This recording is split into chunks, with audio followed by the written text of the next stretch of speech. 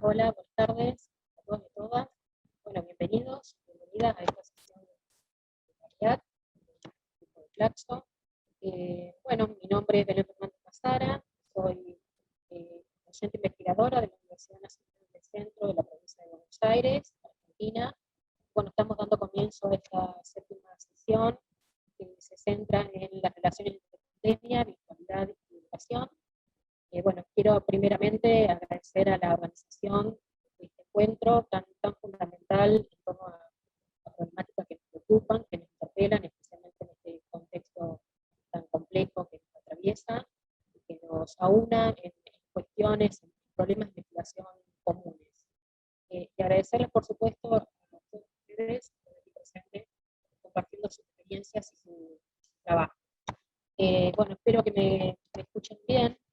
Estamos acá con algunas dificultades técnicas. Bueno, les comento un poco cómo es la modalidad, ustedes ya estarán al tanto, pero se lo recuerdo también a quienes están viendo en vivo por YouTube.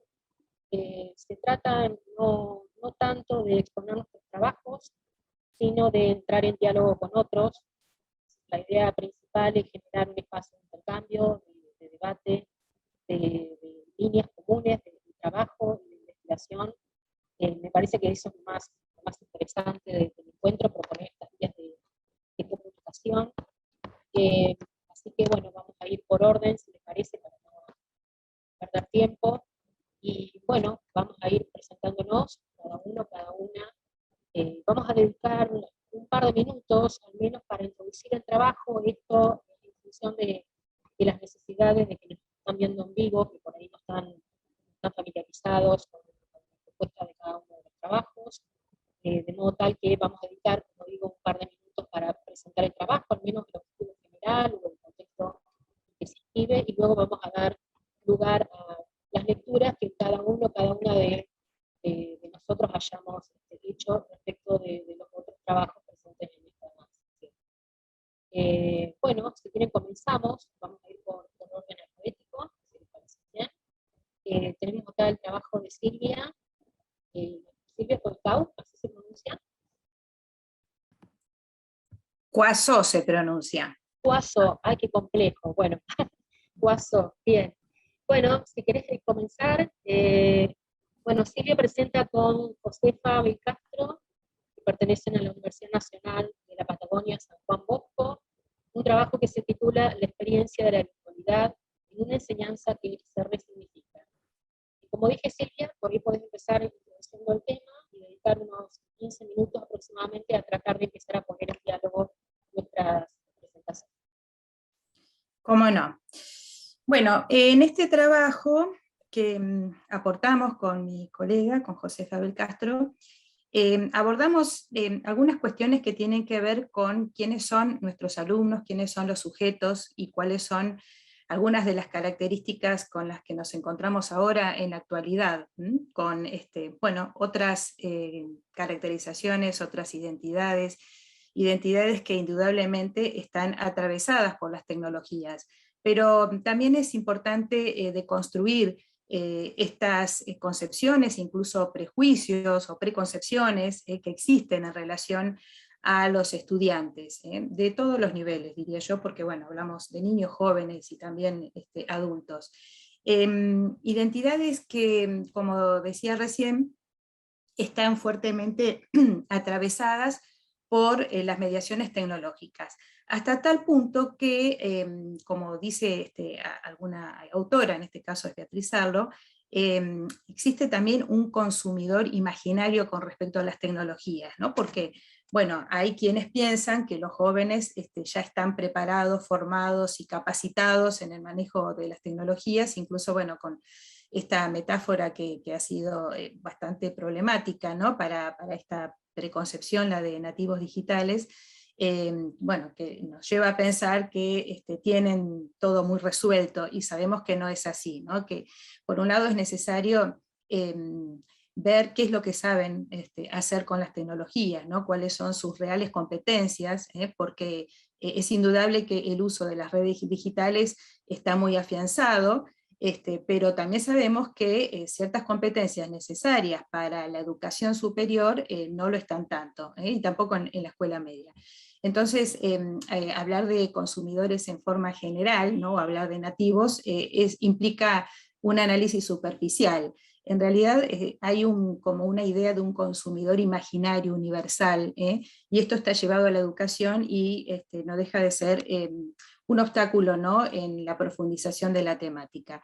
Porque además las desigualdades también tienen que ver con lo social, tanto por el hecho de tener un equipamiento actualizado como por tener o no tener un entorno cultural que permita hacer una apropiación efectiva de esa tecnología. No es lo mismo un joven que tiene familia o un adulto que lo orienta en relación a esas tecnologías para su proceso de aprendizaje, ¿no? Para saber aprovecharlas bien, para saber dosificar los tiempos de conexión con redes sociales en relación a procesos de enseñanza, que no tener este contexto, ¿no? Entonces, las desigualdades están en el plano psicológico, en el plano económico, en el plano social, en el plano cultural.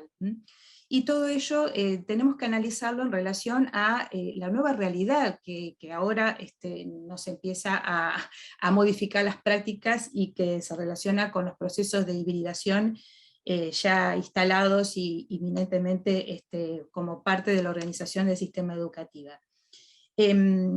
Trabajar con tecnologías implica asumir que es necesario un esfuerzo, un psiquismo dúctil, un trabajo esforzado desde el nivel de las operaciones cognitivas. Y esto implica, bueno, asumirlo e incorporarlo como prácticas de enseñanza. También es importante el aporte que hace Gardner y Davis, que dicen, bueno, la generación A, ¿a qué nos referimos? ¿No? Sin caer en esta dicotomía de nativos e inmigrantes, bueno, también entender que afectan tanto la imaginación, la identidad, y que esto implica, por un lado, el hecho de querer verse lindos, verse bien, ¿no? Y todo lo que esto implica desde la construcción identitaria y también desde la importancia que se le da a lo estético, a lo comunicacional. Y también el problema de los riesgos que esto implica, ¿no? Cuando no hay formación suficiente, tanto en el plano familiar como en el plano educativo con respecto a estas cosas.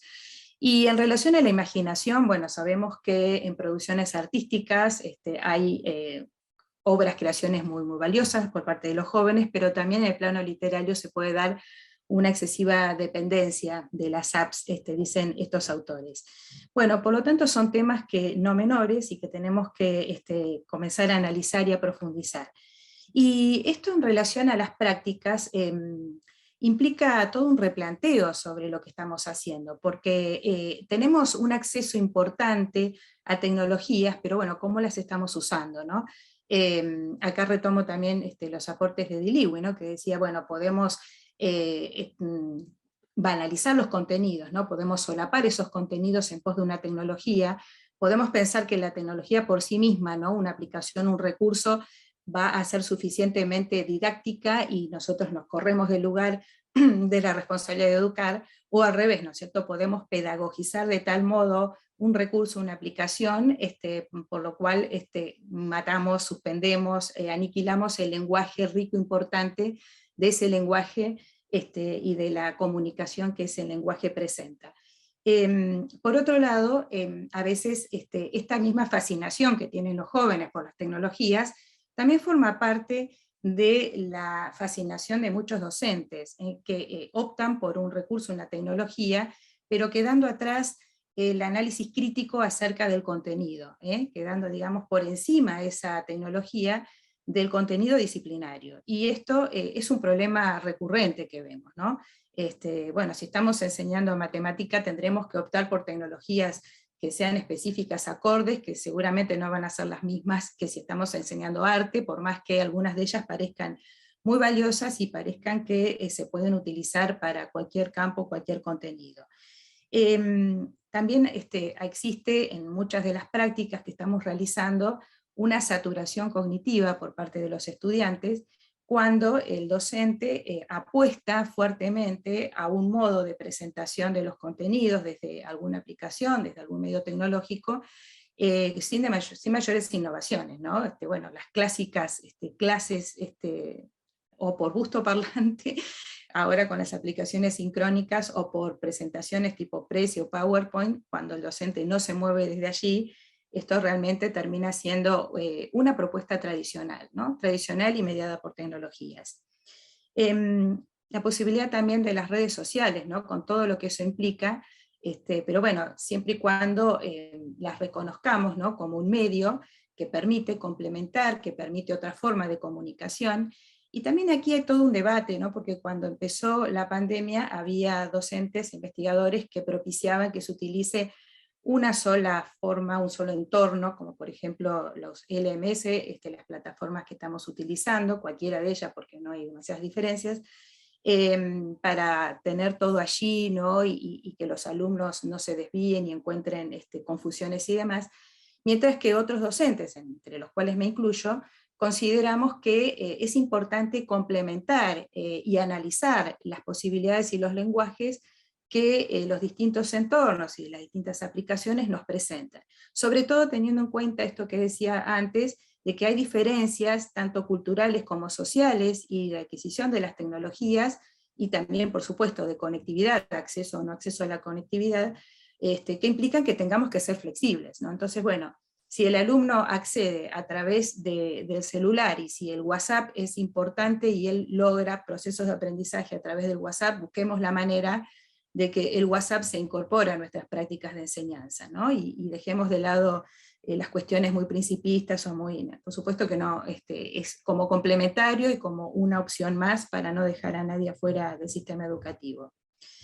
Y analizando también las formas de trabajo que estamos desarrollando, es importante lo que estamos haciendo con los foros, ¿no? Como una aplicación que tenemos en los entornos virtuales, que es otra forma de acompañar los procesos de aprendizaje de los alumnos. Y bueno, este seguimiento, ¿no? Esto que el alumno siente que el docente lo lee, lo acompaña, que está detrás de esa pantalla, que no es una enorme distancia en la que la pantalla esgrime, sino que el seguimiento de la escritura del alumno, con un comentario, con una valoración, con una preocupación por parte del docente que lee lo que él escribe, que lo orienta, lo comenta, lo acompaña, bueno, hace que podamos humanizar más el proceso de enseñanza y aprendizaje, y que bueno, el alumno le encuentre más sentido, ¿no? Así que también esto, por supuesto, implica todo un replanteo acerca de nuestro rol, acerca de la enseñanza, y también acerca de la autoridad del docente, ¿no? Porque son propuestas, estrategias muy diferentes a las que realizábamos en la presencialidad, y que en forma ya bastante común las estamos incorporando con recurrencia en nuestra práctica de enseñanza. Creo que son los conceptos más importantes que trabajamos, y habría otros más, pero lo dejamos aquí para no abusar del tiempo, Belén. Bueno, muchas gracias, Silvia.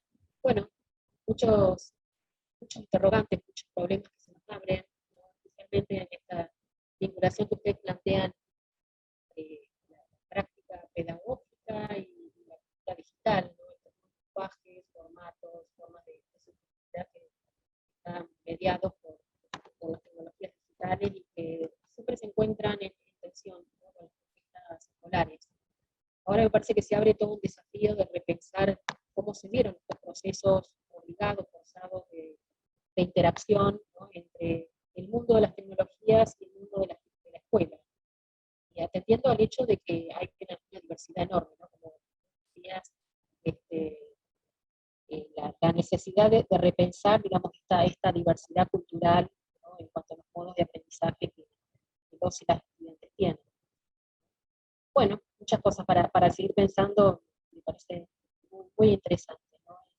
En lugar de los y las jóvenes en relación a las tecnologías digitales, me parece que merecen una atención más aguda, que ya está siendo foco de atención hace mucho tiempo, ¿no? En todas las líneas que trabajan en apropiación de tecnologías, pero que bueno, en el contexto de pandemia se vuelve aún más imprescindible.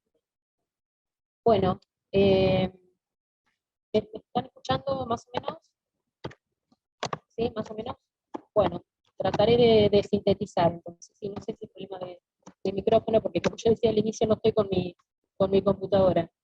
Bueno, les comento un poco el trabajo y por ahí la posibilidad de dialogar con la propuesta de Silvia, con las demás. Eh, bueno, seré muy sintética. Básicamente mi trabajo, que tiene por título de la educación virtual a la presencialidad, te corto un poco, ¿no, Silvia? Eh, bueno, sí, voy a sintetizar. De la educación virtual a la presencialidad, de la cuestión de la inclusión en la formación superior. Eh, y articula tres grandes ejes, lo que es educación, fundamentalmente la educación superior, y en particular, a partir del estudio de caso que propongo, la formación docente inicial, el uso de las tecnologías digitales interactivas a partir de este proceso de transición entre la virtualización, ¿no?, lo que se conoce como educación virtual de emergencia, en el marco de un plan de continuidad pedagógica, y este proceso de retorno progresivo y cuidado a la presencialidad. Me parece que atravesando toda esta cuestión se renueva una vieja cuestión que tiene que ver con la inclusión social, especialmente en este contexto de pandemia, cuando se han agudizado, ¿no?, como decía Silvia al principio, todas las desigualdades, no solamente en términos del acceso y uso de dispositivos tecnológicos de Internet, la llamada brecha digital, sino muchas otras brechas sociales, educativas, económicas y culturales. Bueno, algunas cuestiones para destacar. El trabajo que yo vengo haciendo de alguna manera es una continuidad del trabajo que presenté el año pasado en el cuarto encuentro de la RIAD.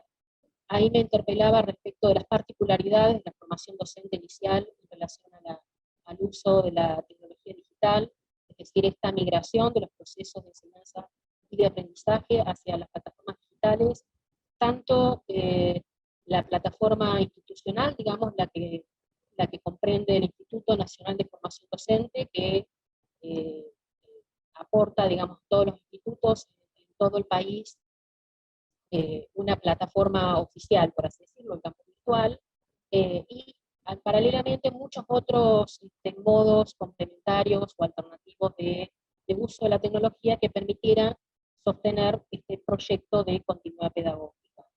Eh, la continuidad pedagógica en el nivel ha tenido sus particularidades y atiende a la necesidad de describir cómo se han dado estos procesos en la plena virtualidad hasta mediados de este año, ¿no?, cuando empiezan a darse procesos muy progresivos de retorno a las clases presenciales, ¿no? El primer hecho fue en sí la propuesta de las mesas de examen presenciales, con sus particularidades, con sus características, y todavía con una experiencia educativa muy asentada en lo virtual, ¿no?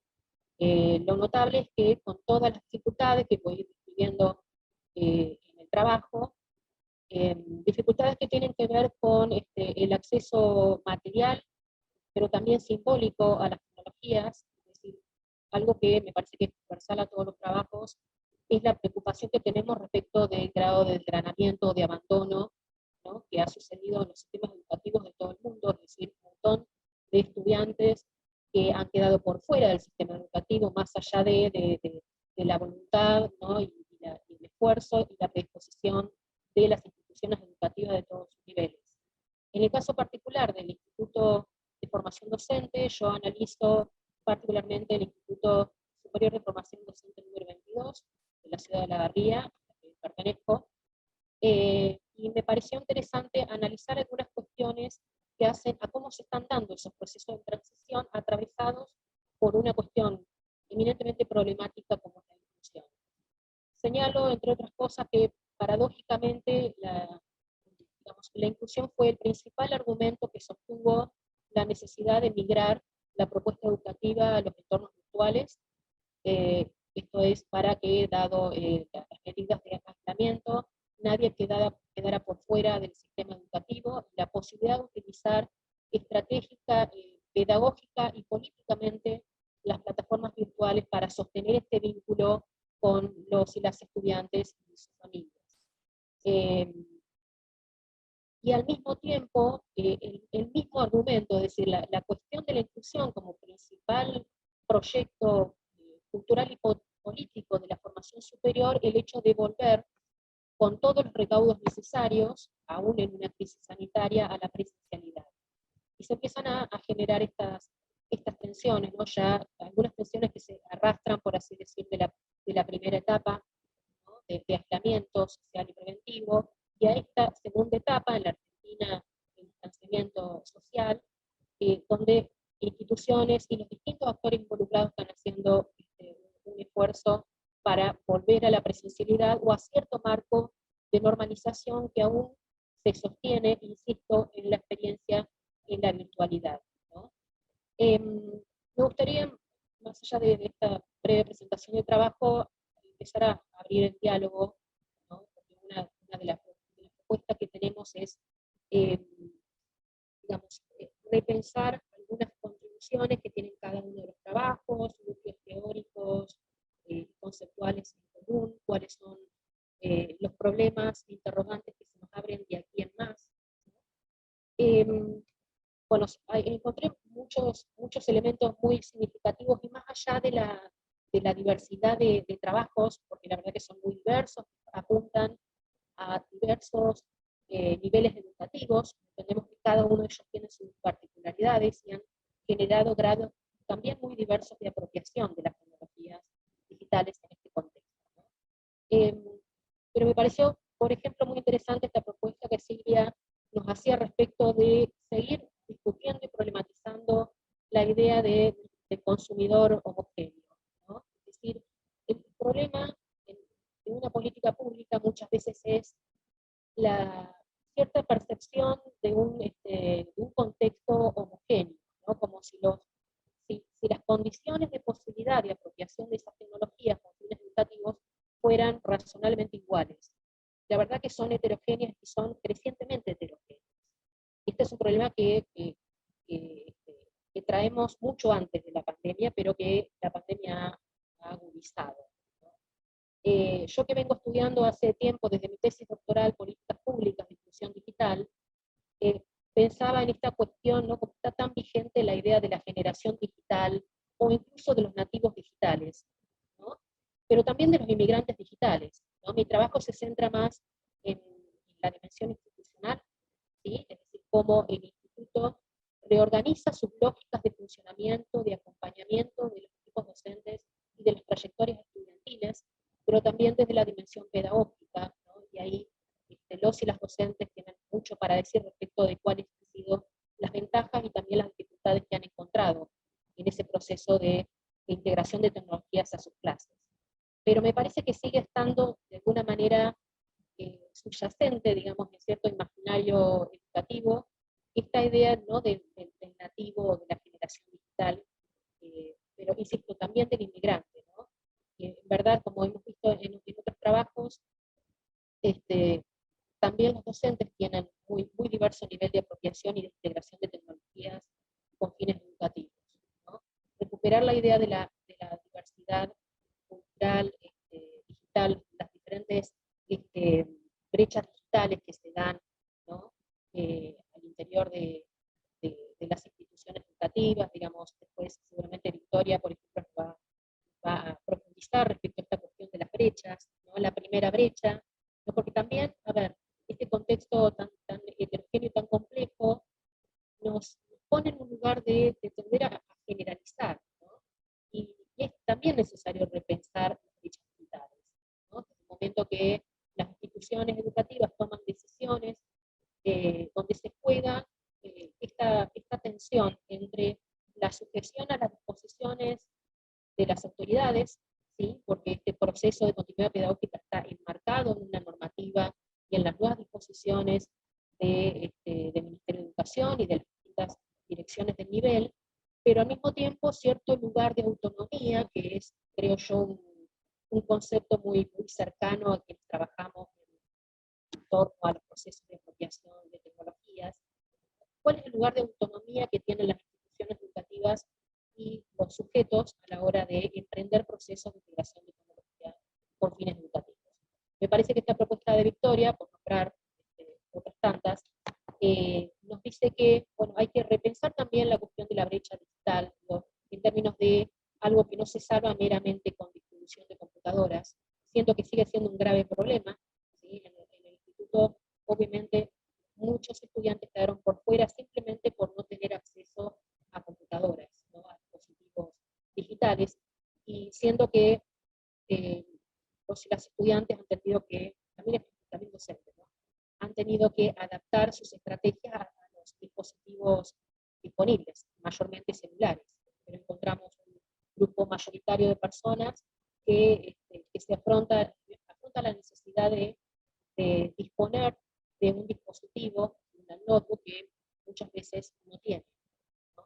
Entonces, sumado a la brecha eh, material, a la brecha ligada al acceso, a la primera brecha, también nos encontramos con, con la brecha ligada a los usos, ¿sí? Y volviendo al trabajo de Silvia, esta idea de que el nativo digital tiene competencias o habilidades muy fluidas, ¿no? Muy sofisticadas de uso de tecnología, pero nos encontramos, creo que la pandemia ratificó esta idea de que muchas de esas competencias están ligadas a otros ámbitos culturales, que por supuesto tienen que ver con sus identidades, con sus lenguajes, pero que mayormente entran en conflicto con las propuestas educativas y escolares, ¿no? Como nos dice también Victoria, muchas veces estas brechas están condicionando fuertemente el rendimiento o el éxito académico de las estudiantes. Para dejarlos que después sigamos interactuando, también tengo mucho para decir del resto de los trabajos, todos muy interesantes y muy significativos en este contexto, pero seguimos luego. Para cerrar mi propuesta, hago un foco en esta cuestión de la inclusión, ¿sí? Y la inclusión debe dejar de ser una mera abstracción, ¿sí? Eh, y, y repensar esta tensión que a veces se da con la cuestión de la calidad académica o la calidad educativa. Cuando tuvimos que ir hacia la virtualidad y hoy volviendo de manera muy progresiva a la presencialidad, aparece, ¿sí? Subyace este divorcio entre la virtualidad y la calidad educativa, que yo encuentro en algunas áreas de indagación que destaco, por ejemplo, lo que tiene que ver con la priorización de contenidos, porque debe estar claro que el ritmo de cursar en la virtualidad en estos entornos no es igual que en la presencialidad, pero para el docente esto muchas veces se vive como una pérdida.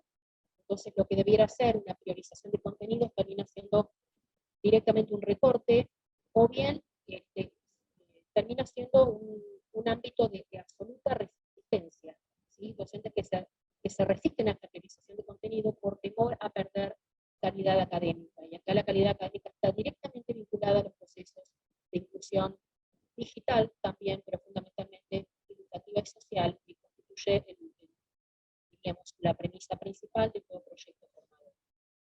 Así que bueno, en síntesis, esa es mi propuesta y abro para que sigamos conversando. Bien, seguimos si quieren con el trabajo de Isael, ¿sí? De Marlene. Ellos presentan este trabajo titulado México, impactos de la COVID-19 en los estudiantes del sistema educativo. Marlene Martínez Domínguez e Isael Pierre González pertenecen, Marlene, al Centro de Investigación y Estudios Sociales en Antropología Social, y Isael del Tecnológico de Monterrey, ambos de México. No sé quién quiere comenzar. Gracias, Belén. Muchas gracias. Buenas tardes nuevamente a todos. Este trabajo, como bien lo dijo Belén, fue hecho por la doctora Marlene Martínez y su servidor. Tenemos la fortuna, o no, de que Marlene pertenece a una institución pública en México que se dedica a las ciencias sociales, y en mi caso pertenezco a una institución privada. Eso implica que en nuestro trabajo tenemos ambas visiones, la visión de la educación pública y la visión privada en México. Para quienes no conocen nuestro país, me gustaría comenzar diciendo que según el censo de 2020 del año pasado, en nuestro país somos 126 millones de personas. De estas, el 27% se encuentra en el sistema educativo nacional Eso implica que hay alrededor de 33 millones en el sistema educativo, en los diferentes niveles. También tenemos aproximadamente 163,000 escuelas y 1.7 millones de docentes.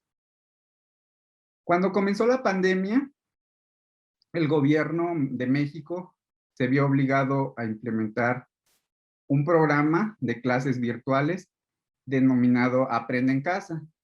Y para no hacer largo este cuento, actualmente ya vamos con el programa Aprende en Casa 3, que básicamente consiste en que los estudiantes de todo el territorio nacional reciban clases a través de la televisión y también de un canal de YouTube que tiene la Secretaría de Educación Pública en nuestro país.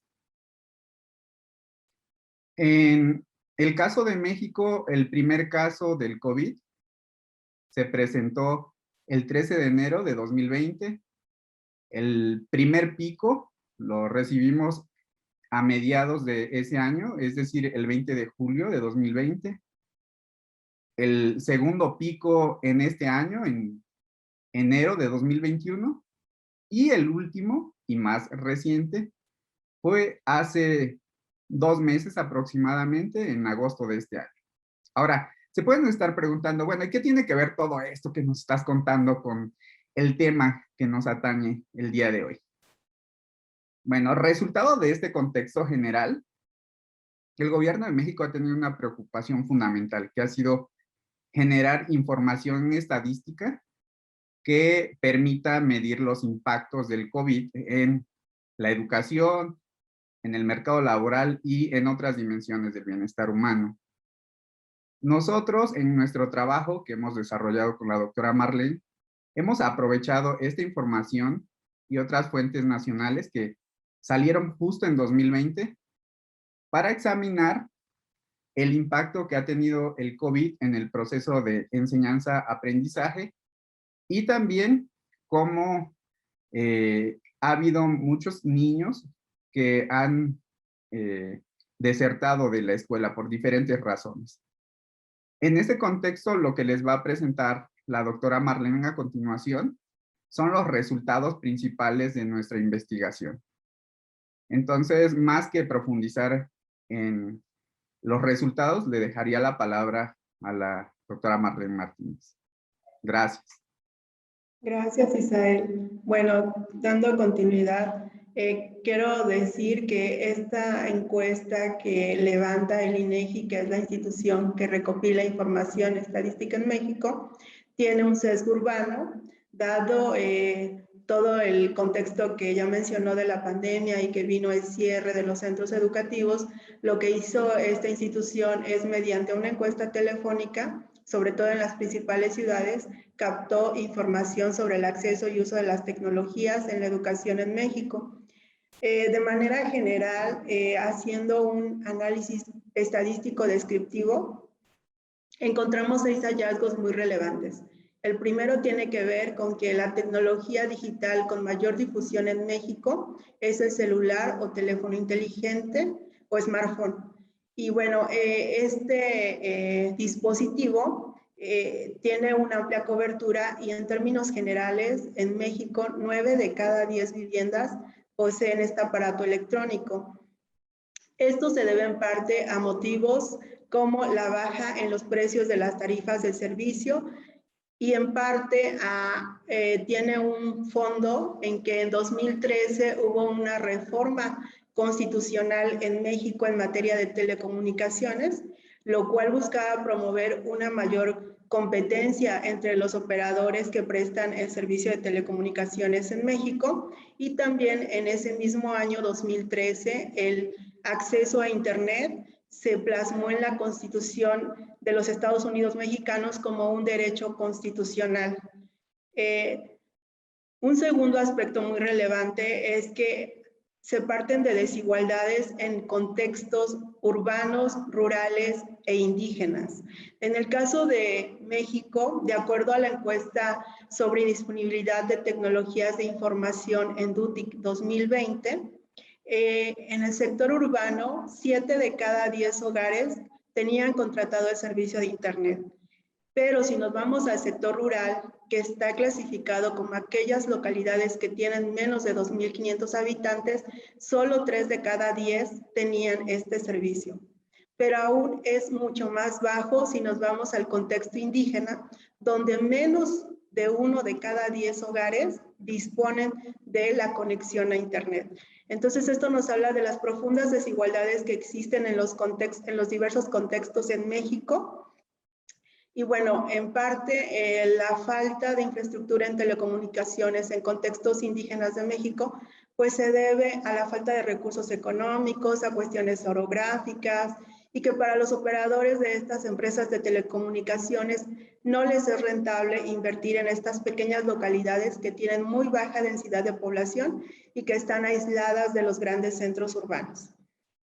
Un tercer hallazgo importante es que en general, durante la pandemia se observó que se compartieron los aparatos electrónicos y que al final se hace evidente que estos fueron insuficientes para continuar con el cambio de modelo educativo que es de clases presenciales a este modelo de clases a distancia. Un cuarto elemento importante a rescatar es que las madres de familia son quienes en mayor medida jugaron el rol de infomediarias en las actividades escolares de sus hijos. Y esto sucede lo opuesto con los hombres, que a medida que aumentan los niveles de escolaridad, sobre todo en educación media superior y superior, son los padres de familia los que dan mayor acompañamiento. Un quinto elemento a rescatar es que en cuanto a la no conclusión del ciclo escolar, las mujeres duplicaron a los hombres por motivos de que alguien de la vivienda se quedó sin trabajo, por lo tanto se redujeron sus ingresos y esto afectó que se concluyeran sus estudios.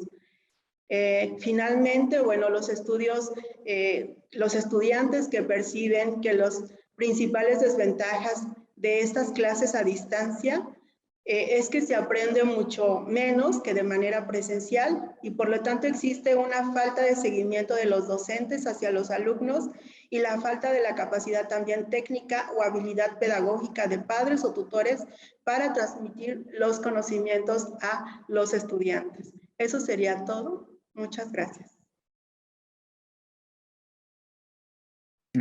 Bien, gracias, Marlene. Solo para complementar y para que estemos en contexto muy reciente, en este semestre, agosto-diciembre de 2021, algunas instituciones, sobre todo las de carácter privado, hemos retornado la nueva normalidad que implica volver a las clases presenciales.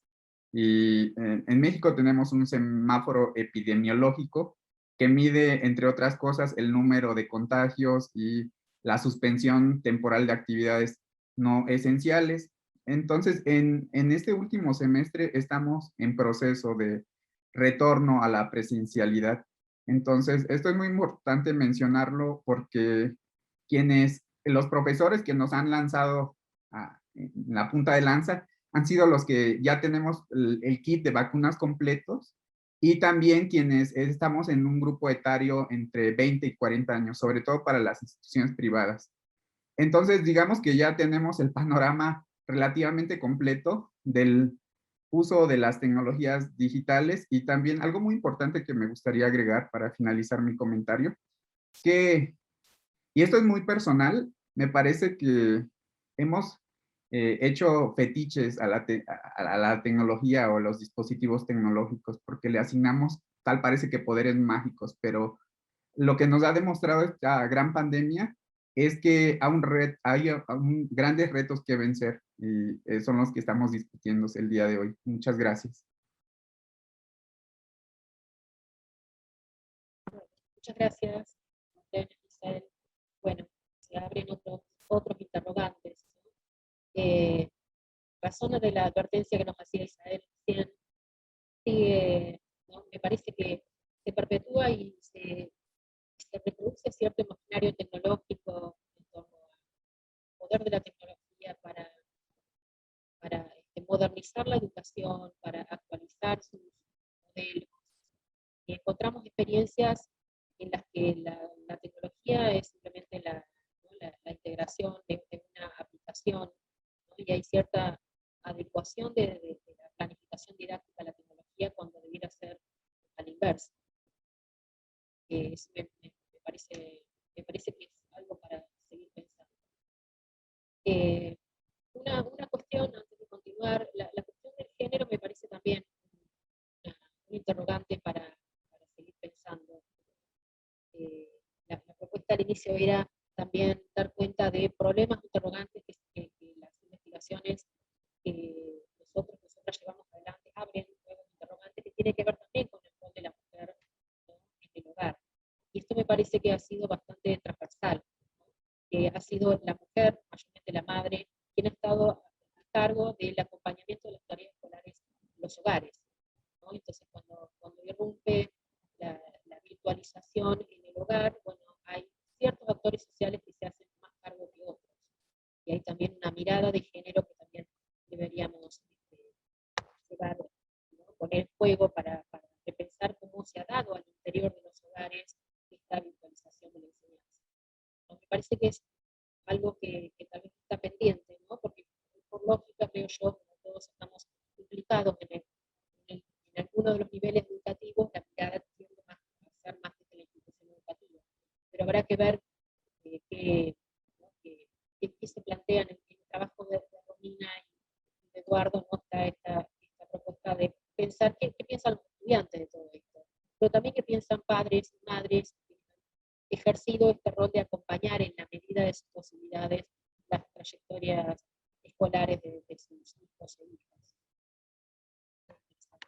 Bueno, entonces para no dilatarnos, le cedo la palabra al tercer trabajo, creo que es el de Victoria, ¿no? El trabajo se titula Incomunicados sociales, los estudiantes de comunicación, CUA, y las clases virtuales durante la pandemia por COVID-19.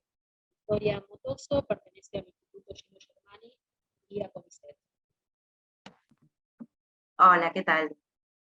Bueno, como Belén comentaba, mi trabajo trata sobre la perspectiva de los estudiantes de comunicación de la Universidad de Buenos Aires, y realicé encuestas y entrevistas durante este año, retomando la experiencia del año pasado y de este año en el periodo de virtualidad por emergencia planteado por la facultad. Primero, lo que hice fue marcar como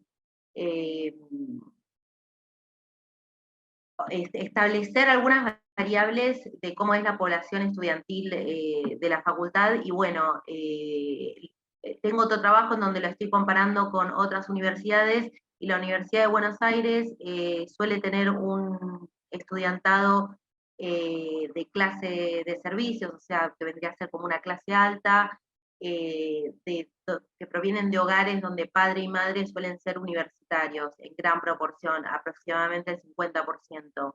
Con lo que se genera muchas veces entre el estudiantado y entre la población docente una tendencia a creer en la homogamia entre pares. Eso trasladado al mundo digital genera ciertas complicaciones en los pedidos de trabajo y los pedidos de evaluaciones y de diferentes tareas, que es lo que recabo información a partir de la ponencia que presenté.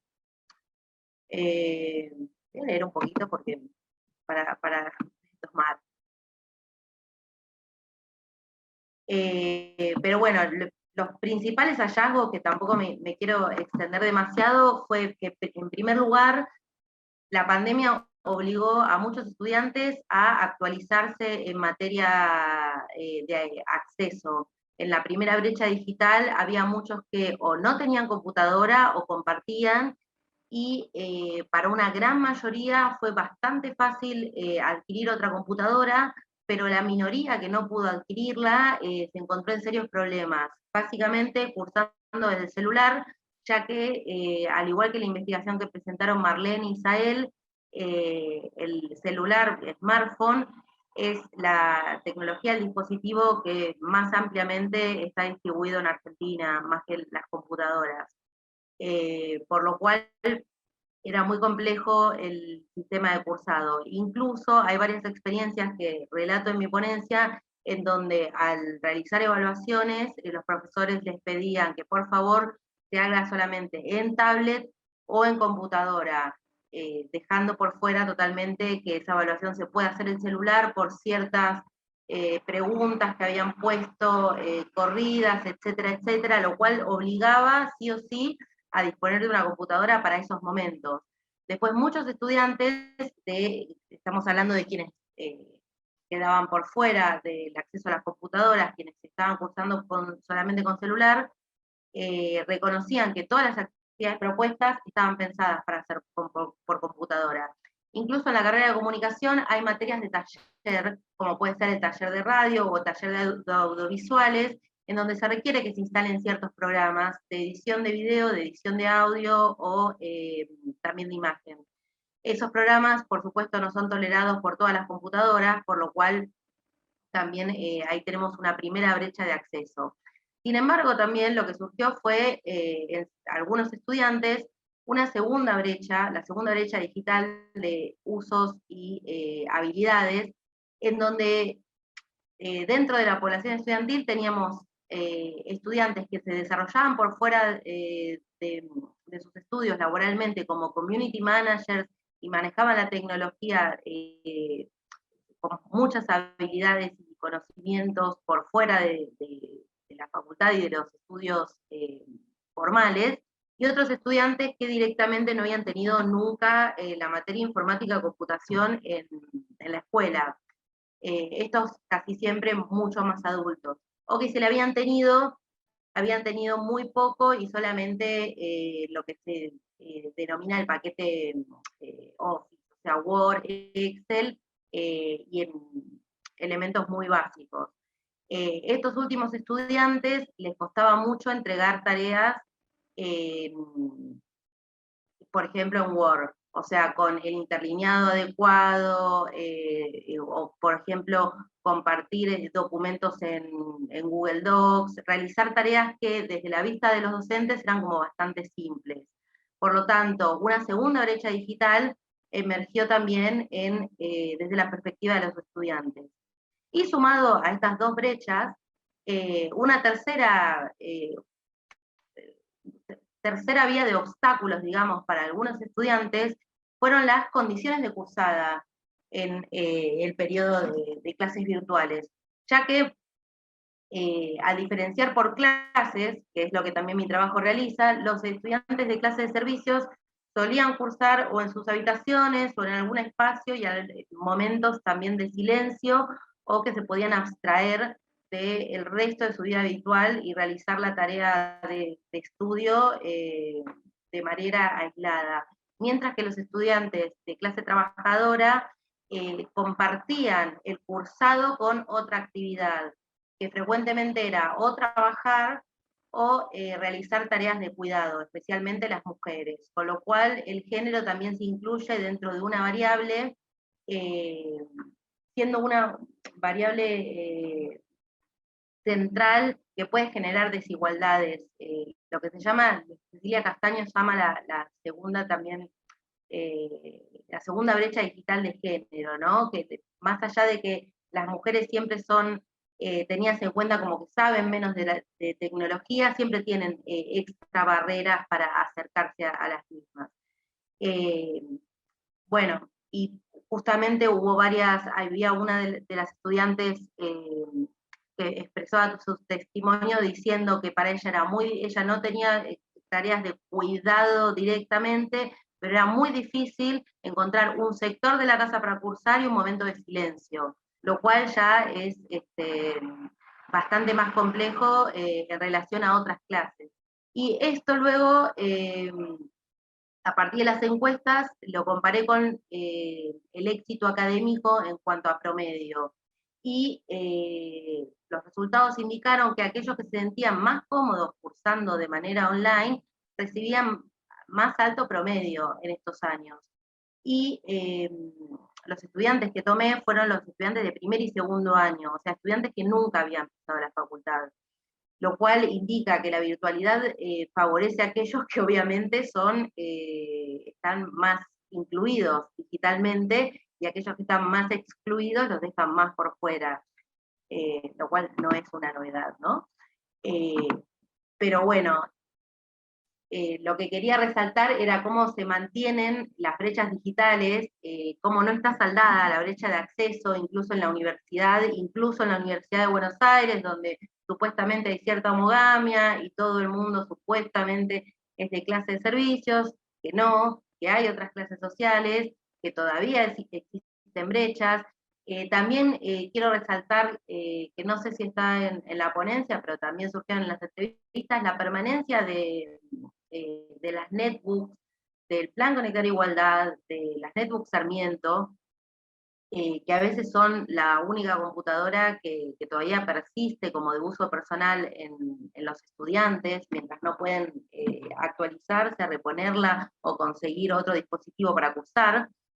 La gran penetración del celular, bueno, las condiciones de cursada que muchas veces no se tienen en cuenta, y este know-how, estos conocimientos que muchas veces, como nombraba Belén, habló Silvia también, de nativos digitales o conocimientos que tienen que traer ya desde la escuela secundaria, referido al mundo digital, a las asignaturas que solían ser informática o computación, que suelen estar relacionadas al paquete Office y a la navegabilidad en Internet, en cuanto a buscar información y saber manejar algunos elementos de Google y Google Docs. Y de que muchos estudiantes no los tienen, y eso tampoco se explica. Durante las clases, durante el sistema, el periodo de virtualización de la educación por emergencia, por lo cual tampoco hubo un apoyo en la universidad o en la carrera que pudiera funcionar como mesa de ayuda en estos temas puntuales. Y muchos estudiantes también tuvieron que o dejar de cursar o cursar menos materias para poder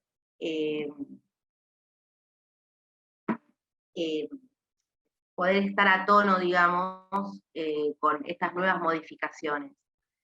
Y ahora sí, por último, quería rescatar del estudio de Marlene y Isael la cantidad de datos que ellos tienen, que acá no tenemos tantos. El INDEC sobre tecnología saca una encuesta, creo que es anual ahora, que es la MAUTIC, y que solo releva centros urbanos, porque es una parte de la EPH, con lo cual nos falta mucha información sobre centros, sobre áreas rurales, que de eso sí no sabemos cuánta penetración tienen los dispositivos, internet, o bueno, ya que tiene muy pocas preguntas, para el área urbana no tenemos absolutamente nada para el área rural, que es lo que siempre queda como pregunta sin respuesta en Argentina en los últimos años. Y bueno, estábamos esperando que el censo un poco traiga eso a colación, pero bueno, seguiremos esperando hasta que lo hagan, hasta que se pueda hacer la ronda mundial de censos. Pero bueno, creo que esto por ahora. Bueno, Victoria, muchas gracias. Bueno, muy interesante, sí, la verdad que nos faltan muchos datos, verdaderamente. Sí. Como vos decías, bueno, la zona rural, donde, bueno, uno puede asumir que las dificultades son más agudas, ¿no? Porque a veces, incluso la primera brecha, la brecha que tiene que ver con acceso a dispositivos, a conectividad, tiene que ver con recursos económicos, como decía el estudio de Magdalena y Isabel, pero también falta de acceso directamente, porque no hay llegada de la red. Y eso, bueno, en un país tan amplio y tan disperso como el nuestro, la verdad que es un punto a atender, ¿no? Yo que vivo en lo que la antropología urbana llama una ciudad de rango medio, también tenemos dificultades de conectividad que tiene que ver con que nuestra conectividad no es la misma que en los grandes centros urbanos. Y esa brecha geográfica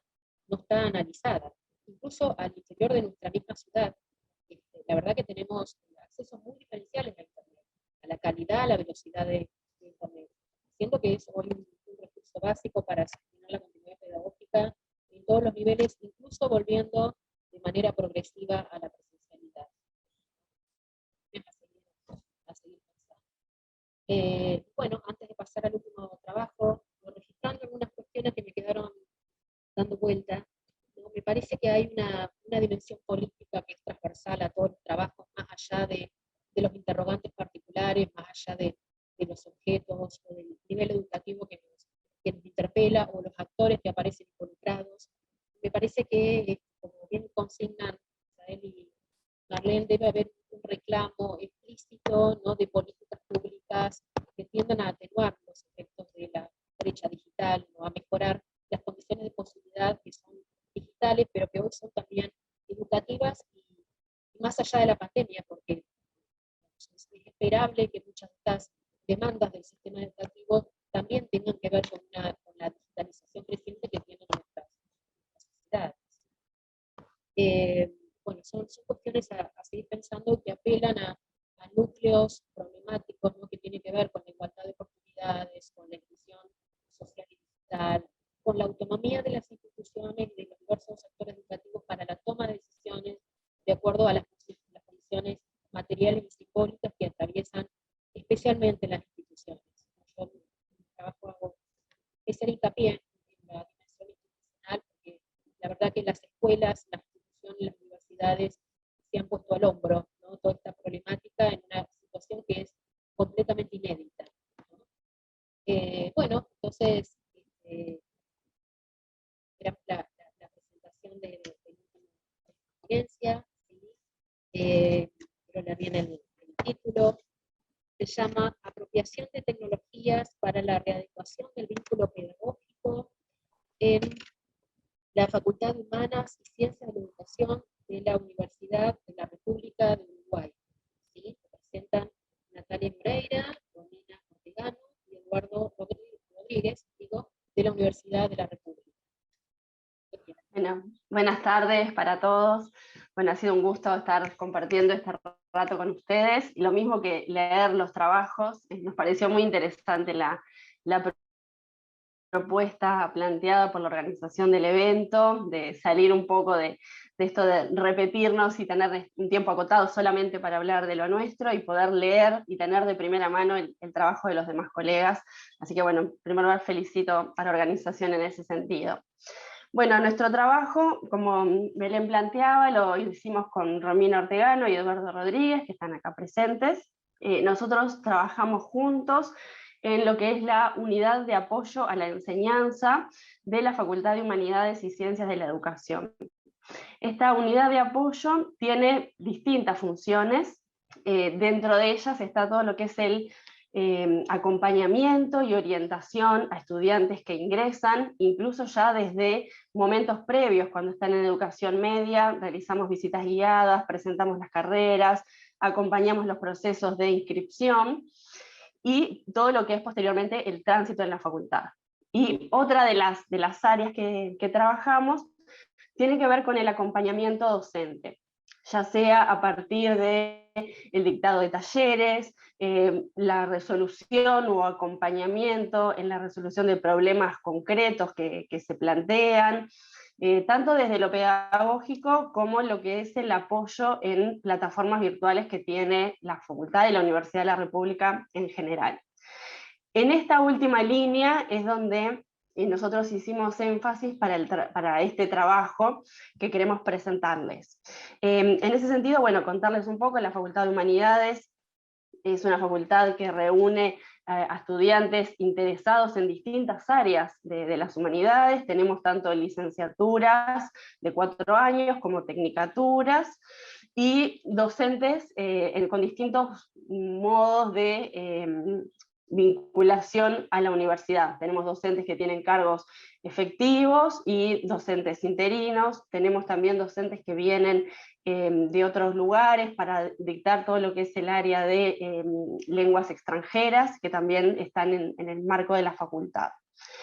Bueno, como se imaginarán y como ustedes también han vivido, la llegada de la pandemia ha sido un fenómeno que trastocó toda la dinámica a nivel educativo, además de todos los demás ámbitos. En nuestro caso en particular, situamos el primer caso de COVID en marzo del año 2020. En los primeros días ya se tomó la resolución de suspender las clases en todos los niveles educativos. Eso implicó, bueno, lo mismo que en los países de ustedes, ¿no? Tomar decisiones de forma muy rápida, desde todo punto de vista, a nivel institucional, pero bueno, en un principio cada uno de los docentes tuvo que trabajar en sus equipos para ver qué hacer en esta situación, ¿no? O sea, qué hacer para continuar con los cursos, cómo comunicarse con los estudiantes. En el caso de nuestra facultad, habían pasado recién 2 semanas de clase, por lo cual había algunos cursos donde todavía docentes y estudiantes no habían afianzado un vínculo y un contacto, entonces hubo necesidad de contactarse a través de la vedelía, conseguir listados de correos electrónicos para poder hacerse de ese grupo de estudiantes y comenzar a trabajar en algo que en un principio era temporal, ¿no? Todos pensamos que iban a ser un par de semanas, después venía semana de turismo y probablemente después de turismo volveríamos. Entonces en un comienzo se tomaron decisiones, digamos, temporales, ¿no? Luego que fueron pasando las semanas y que esto tomó otro tenor y que se tomó la resolución de que todo el semestre iba a continuar en formato virtual, bueno, los docentes tuvieron que afrontar esto de otra forma y empezar a tomar decisiones a más largo plazo. Durante este proceso, ¿qué fue lo que hicimos nosotros desde la unidad? Y que es un poco lo que contextualiza este trabajo. Tuvimos un trabajo bien de seguimiento de lo que fue el avance de los cursos a través de esta plataforma virtual. La universidad tiene desde el año 2009 una plataforma con el sistema Moodle que se llama Espacio Virtual de Aprendizaje.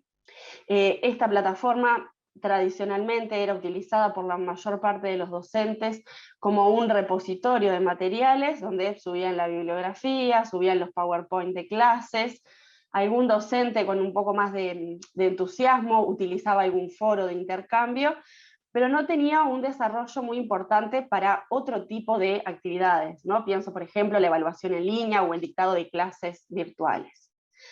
Entonces nosotros fuimos haciendo desde la unidad un registro, una sistematización para cada uno de los cursos que se estaban desarrollando en ese primer semestre de 2020 y viendo cómo venía siendo ese desarrollo en la plataforma, ¿no? ¿Qué uso se les estaban dando a estas herramientas? Si se estaban utilizando. Hubo muchas solicitudes de docentes que no tenían un curso creado, porque como el uso de esta plataforma no es obligatorio, algunos ni siquiera lo consideraban anteriormente a la pandemia. Entonces, bueno, ir viendo esos procesos, desde que en algún caso implicaba la creación de un curso, hasta otros que fueron mostrando desarrollos importantes, generando distintas modalidades de evaluación. Entonces, por ese lado, esa es como parte de los datos que nosotros manejamos para este trabajo. Por otro lado, bueno, sentíamos que eso eran como datos muy fríos, ¿no? Eran números, eran ver, bueno, qué tanto usan o no usan la plataforma, y en ese sentido fue que nos orientamos a conocer de primera mano los relatos y las experiencias de los docentes. Entonces, para eso hicimos una serie de entrevistas con docentes de diferentes carreras, varones, mujeres, también con diferentes trayectorias a la interna de la facultad, para conocer, bueno, cómo era su vínculo con la tecnología, cómo era previamente, qué decisiones pedagógicas habían tenido que tomar en estos procesos, ya sea en un inicio, como, bueno, cuando esto se fue asentando y se vio que íbamos a continuar en la virtualidad. Y el centro del artículo, que después también para quienes nos están siguiendo por redes podrán leerlo en algún lugar, la idea es, bueno, mostrar los distintos perfiles de docentes que nosotros encontramos y las distintas formas de apropiación de la tecnología que encontramos en el colectivo de la Facultad de Humanidades. En primer lugar, nos encontramos con docentes que nosotros llamamos que tuvieron que hacer una incorporación forzada a la tecnología. Aquellos que anteriormente no utilizaban la plataforma, que utilizaban otros canales de comunicación, que daban las clásicas clases magistrales, decimos nosotros, clases expositivas, donde si se utilizaban los recursos de esta plataforma eran para dejar materiales y no mucho más que eso. Esta situación de pandemia fue sin duda un espacio para, bueno, interpelar sus conocimientos, para que tuvieran que recurrir a estas herramientas de forma forzada, porque era el único canal para vincularse con los estudiantes. En segundo lugar, nos encontramos con docentes que estaban dispuestos a incorporar la tecnología, docentes motivados que, bueno, intentaron aprovechar esta oportunidad para aprender aquellas herramientas que todavía no conocían. En este sentido, bueno, tenemos docentes que hicieron algunos de los cursos que se ofrecieron desde nuestra unidad o desde la Comisión Sectorial de Enseñanza de la Universidad de la República, que probaron distintas estrategias para, ya sea para el dictado de clases, probaron grabar videos, probaron evaluar utilizando nuevas herramientas como la encuesta, los cuestionarios, vivieron esto como una instancia de aprendizaje. Y en tercer lugar, encontramos a aquellos docentes que ya tenían todo un bagaje de conocimiento de tecnología, ya podemos decir que estaban apropiados de estas herramientas, incluso en algún caso tenían manejo de otros dispositivos, y que bueno, la situación de pandemia les sirvió para poner en funcionamiento, para aprovechar eso que conocían y traerlo a sus clases en la universidad cuando tradicionalmente no lo utilizaban. Estos docentes realmente podemos decir como que disfrutaron este espacio de la virtualidad, resolvieron muy rápidamente los inconvenientes que se plantearon para otros, encontraron la forma también de evaluar, discutieron incluso la cuestión de la evaluación, y que acá nosotros lo vivimos mucho, sobre, bueno, todos los miedos, ¿no? O sea, ¿qué pasa detrás de la pantalla en una instancia de evaluación? ¿Cómo sé que el estudiante que está completando la prueba está solo y efectivamente está haciendo la evaluación? Entonces, bueno, hicieron evaluaciones en simultáneo, hacían mostrar el documento de identidad, los hacían tener con la cámara prendida mientras completaban la prueba, o sea, resolvieron muy, muy fácilmente para ellos esta cuestión de la virtualidad. Y lo que nos queda para pensar, y así después le doy la palabra a mis compañeros también, es, y que lo estamos pensando desde ahora, bueno, ¿qué va a pasar cuando volvamos? ¿No? Algunas cosas que ustedes han planteado ya en otros de los trabajos. Empezamos a tener algunas clases en formato híbrido, ¿no? O sea, con estudiantes en clase, pero que también se transmite a través del Zoom para quienes no pueden asistir o por una cuestión de aforo no pueden estar en el salón de clase. Y preguntamos a los docentes sobre, bueno, qué les parece y cómo se imaginan la educación después de la pandemia.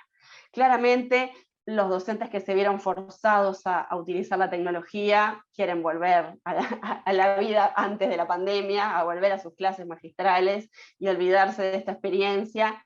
Y los demás pueden rescatar algunos elementos positivos, incluso se cuestionan qué espacios son necesarios conservar, sobre todo lo que tiene que ver con el diálogo, con el trabajo en grupo, con la generación de discusión, que ustedes imaginarán que en el área de humanidades es muy rica y muy pertinente.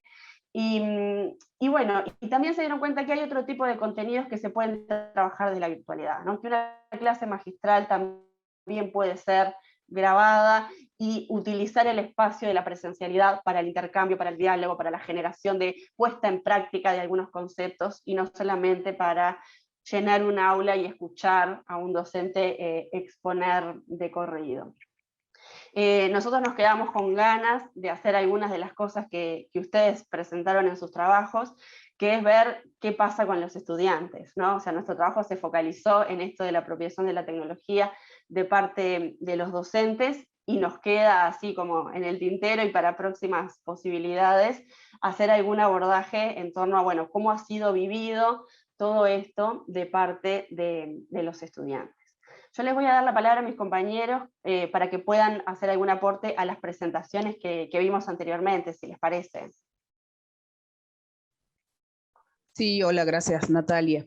Bueno, nosotros quisimos, además de presentar nuestro trabajo, compartir algunos comentarios que hicimos a propósito de la lectura de los trabajos de los otros compañeros de la mesa. Entre otras cosas porque nos parece valiosa esta iniciativa de que la instancia se base más en el intercambio que en la ponencia misma, y por ende hay algunas cosas que quisiéramos mencionar sin que termine el encuentro. Por mi parte voy a comentar brevemente el trabajo de Victoria a propósito de los estudiantes de comunicación social de la UBA, en el sentido de que nos pareció importante destacar algunas cosas que emergen en el trabajo y que da para abrir otro tipo de problematizaciones y reflexiones, ¿no? La primera, creo que algo de esto lo dijo Belén hace rato, es que una vez más nos aparece esta tendencia que opera en el pensamiento pedagógico, que es la de homogeneizar no solamente a los estudiantes, sino otro conjunto de cosas que hacen de lo educativo, pero en el caso específico de este trabajo estamos hablando de los estudiantes y vemos cómo a partir de la revisión de aspectos como el esquema de clases que nos propone el trabajo y la desigualdad de oportunidades educativas, surge un conjunto de heterogeneidades que hacen parte de lo que es la población estudiantil del servicio, que aun cuando en su mayoría están ubicados en una clase más o menos favorecida, eso no da cuenta de toda la diversidad de situaciones por las que atraviesa el estudiantado, y que si bien en este caso refiere a esta facultad en específico, bien pudiera referirse a otras tantas, como mismo nos muestran Isael y Marlene en el caso de México, por ejemplo. Entonces, un poco problematizar acerca de esta tendencia de naturalizar la homogeneización de los perfiles educativos, que en alguna medida también aparece en este texto mencionado en términos de currículum oculto. Nos parece interesante, Belén también lo dijo hace rato, que cómo transversaliza la línea política todos los trabajos, hablar de currículum oculto en el contexto de un trabajo en el que se pone en discusión la tendencia al pensamiento homogeneizante de lo educativo, creo que le da al trabajo una potencia para desarrollar otro tipo de discusión. Por ejemplo, hasta dónde todas las desigualdades que aparecen en estas otras heterogeneidades que emergen entre lo que fue el estudio en función de clases sociales o diversidad de desigualdades, digamos que previas, de condiciones previas, pueden constituir un conjunto de intersecciones en las cuales aparezcan y emerjan otras caracterizaciones. Es decir, hoy día creo que es válido pensar que esta distinción en clases es perfectamente problematizable a la luz de excepciones. Y creo que son estas excepciones en las que tendríamos que pensar en términos políticos de inclusión y en términos de cómo los distintos factores que inciden sobre un determinado perfil estudiantil afectan su trayectoria educativa y por ende afectan todas las posibilidades que tienen que ver no solo con el aprendizaje, sino con la prosecución y el egreso de los estudiantes. En este caso, también en términos de currículum oculto, está pensado no solo la caracterización de clase y de sobreentender entonces que todos los estudiantes tienen el recurso y pueden acceder a él, sino también en términos de capacidades previas o perfil de ingreso. Creo que esto también es extrapolable a otros contextos en los cuales también se presupone un perfil de ingreso que no es real, y sobre la base de ese perfil que no es real, se construyen no solo las currículas y los perfiles y las trayectorias, sino que también se piensan las estrategias de trabajo, los modelos didácticos, los procesos de incorporación a la tecnología, y que evidentemente hacen flaco favor a la trayectoria estudiantil y por ende no se piensan estrategias de acompañamiento que en verdad respondan a esas heterogeneidades.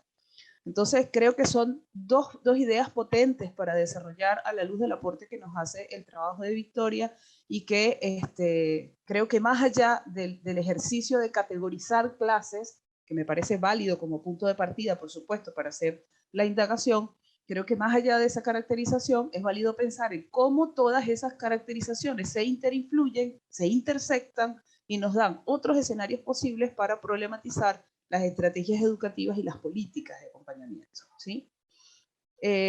Por supuesto, gracias Victoria, gracias a todas y a todos por habernos permitido compartir estos trabajos. Creemos que nutriría muchísimo que incorporaras bibliografía del 2021, es una temática bien actual y que ganaría en el corpus con alguna bibliografía que se publicó muchísimo durante el 2020 y 2021 a propósito del tema de la enseñanza virtual.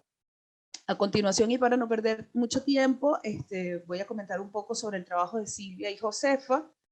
Este trabajo nos parece que tiene una potencia importante, aspectos como pensar esta discusión en torno a las identidades digitales y en torno a las ciudadanías digitales, que estamos claros que desde Sarlo con los estudios culturales hasta hoy día, con toda la tendencia a la modernidad líquida de los posmodernos, etcétera, comporta un importante escenario de discusión acerca de la configuración identitaria, y en este caso transversalizada por la mediática, por lo más media y por el Internet.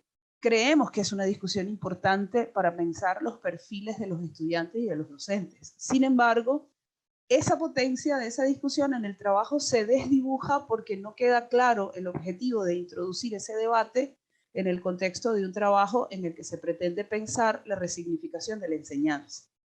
Nos parece que ganaría potencia el trabajo también si ese debate se vincula de una manera un poco más clara con respecto a lo que es la discusión en torno al uso o no, con criterio pedagógico, que vale la pena definirlo y que vale la pena caracterizarlo mejor, con criterio pedagógico el uso de ciertos o no recursos tecnológicos.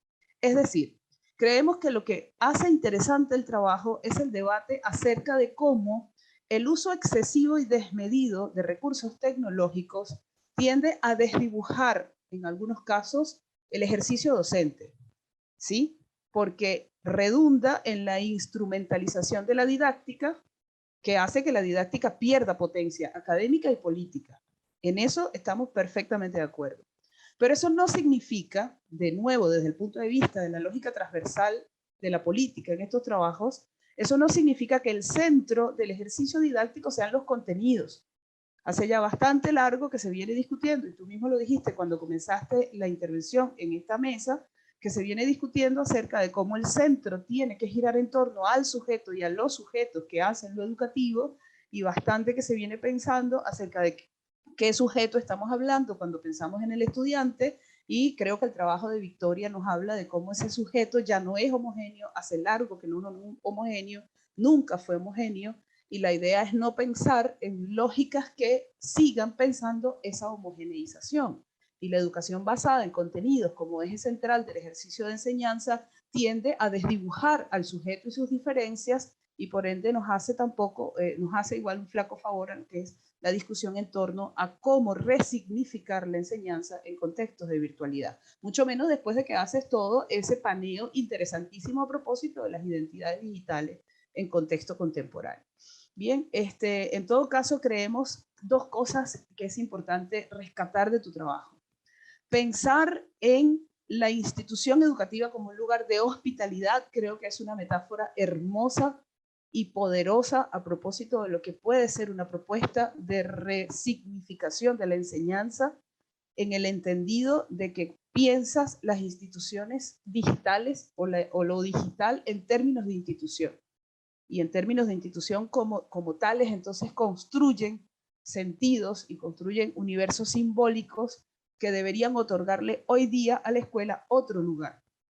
Un lugar también de construcción simbólica de cara a un escenario cultural mediatizado por las tecnologías y que entonces tiene otras cargas que vale la pena poner en discusión.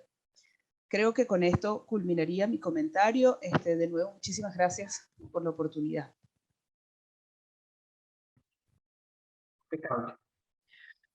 Bueno, yo también agradezco la oportunidad. Me queda como muchas de las cosas que recién Romina, bueno, venía como comentando en torno al trabajo de las compañeras y compañeros. Yo voy a comentar como algunas cuestiones que tienen que ver con el trabajo de Belén, que se tituló de la educación virtual a la presencialidad, justamente porque es uno de los trabajos que en particular es el que más me interpela. Por un poco en línea de esto que también Natalia marcaba en el inicio, o sea, dentro de las propuestas de desarrollo en términos de investigación que nuestro equipo está tratando de realizar, implica también poder pensar más allá de lo que fue el proceso inicial de una situación problema, como fue la pandemia, y el confinamiento a la virtualidad, ¿no? Donde se tejen un conjunto de relaciones que, bueno, que muchos de los trabajos que nosotros hemos presentado van en esa línea y que no voy a ser reiterativo en todas las emergentes que ya hemos venido mencionando. Pero en este trabajo en particular se piensa otro aspecto que a mi juicio es como lo novedoso del trabajo, que tiene que ver empezar a pensar estas cuestiones desde el terreno de lo virtual, por una situación de confinamiento, a lo que, al menos por acá en Uruguay, creo que también en la región se ha dado a llamar la nueva normalidad, ¿no? Es decir, volver a estos pasos de camino a la presencialidad, que de alguna manera también empiezan a tejerse otras lógicas que desde el terreno de lo pedagógico da mucho para seguir pensando y reflexionando, y en el caso nuestro, produciendo. En líneas generales, es un trabajo que conceptualmente es muy sólido y abarca esta situación particular, digamos, de lo que es una situación pensada en el ámbito de la virtualidad hacia la presencialidad, como ella ha venido mencionando. En términos metodológicos me quiero detener también en otro aspecto que tiene que ver con esto que allí se menciona como la etnografía digital, que yo recupero mucho ese apartado, porque es muchísimo también, en términos epistemológicos y en términos metodológicos, las estrategias o las metodologías que se utilizan, que utilizamos los investigadores en estos contextos virtuales, muchas veces también se ponen en tela de juicio. Y este enfoque de poder pensar la etnografía digital me parece que es muy propicio también para este tipo de estudios. En particular, porque como ella misma también lo dice, no solo implica pensar en los contextos virtuales, ¿no? Es decir, investigar sobre los contextos o sea, investigar sobre los contextos virtuales, sino este pensar de la etnografía digital nos invita a pensar cuáles son las significaciones, y es decir, en concreto, cuál es el lugar del sujeto en esa interacción entre el mundo de la tecnología. Que vaya que nos ha tenido como terreno de lo imperante en estos últimos 2 años, ¿no? Y ese concepto también se ata con uno que tal vez venga de un terreno más europeo, pero es la netnografía, ¿no? Jugar un poco con esta palabra de etnografía, le ponen la N adelante para pensar lo netnografía, para pensar estas cuestiones del terreno de lo etnográfico en el campo de lo digital. Eso me parece que es muy, muy pertinente y nos trae un montón de cosas para pensarlo desde el punto de vista metodológico. Otras cuestiones generales que tienen que ver con el marco conceptual que el trabajo de Belén fue desarrollando, tiene algunos apuntes interesantes para pensar algunas relaciones entre 3 términos que a mi juicio son muy interesantes: el de formación, es decir, pensar la formación en el ámbito de la educación superior, las tecnologías interactivas, y por último, esta cuestión que muchos de los trabajos, y en particular este trabajo aborda, es de la inclusión socioeducativa. Son conceptos, acercamientos teóricos bastante potentes, pero además empiezan como a delimitar en términos políticos ciertas complejidades, vamos a llamarlas, ciertas complejidades, que van tejiendo estas cuestiones, ¿no? El terreno de lo presencial, la virtualidad, lo híbrido, pero ¿dónde está lo central en todo esto? Es que hay una continuidad, hay un eje vertebrador de estos 3 conceptos, repito, el de formación, de educación superior, tecnologías interactivas y el de inclusión educativa. Hay un eje vertebrador que es la continuidad pedagógica. Y el pensar eso en términos políticos nos invita a pensar cuáles son esos factores que las afectan, esta continuidad pedagógica, ¿no? Esta autora, ¿qué nos invita a pensar? Bueno, justamente esto, ¿no? Aparecen estos aspectos que están vinculados claramente, como ya creo que esto también es vertebrador de todos los trabajos, es poder pensar la gestión institucional y el modo en que pensarlo como en 2 factores, ¿no? Lo exógeno, a esto me refiero con la gestión institucional, la política educativa de cómo se teje, ¿no? Cómo nos llegan ciertos lineamientos en términos de política educativa, pero también ciertos mandatos que son institucionales, ¿no?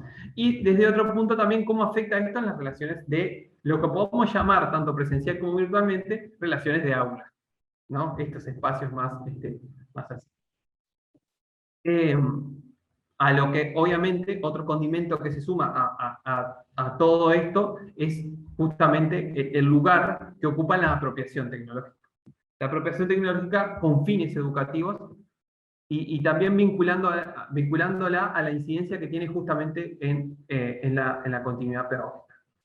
Hay cuestiones que, bueno, que son como bien marcadas, y en el trabajo la compañera acá muy bien lo mencionaba. La modalidad virtual pretendió sostener e igualar las posibilidades de la continuidad pedagógica, pero a la vez ratificó el rol de la tecnología en las más diversas formas de exclusión. Eso me parece que es como una cuestión como la más paradójica de todas, pero que vaya que nos interpela muchísimo, ¿no?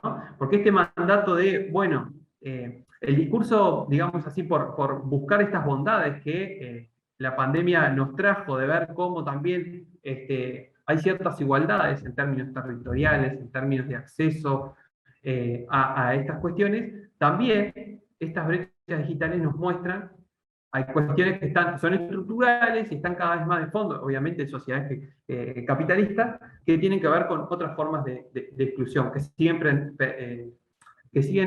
presentes y también a través de estos procesos nosotros las podemos visualizar como muy bien.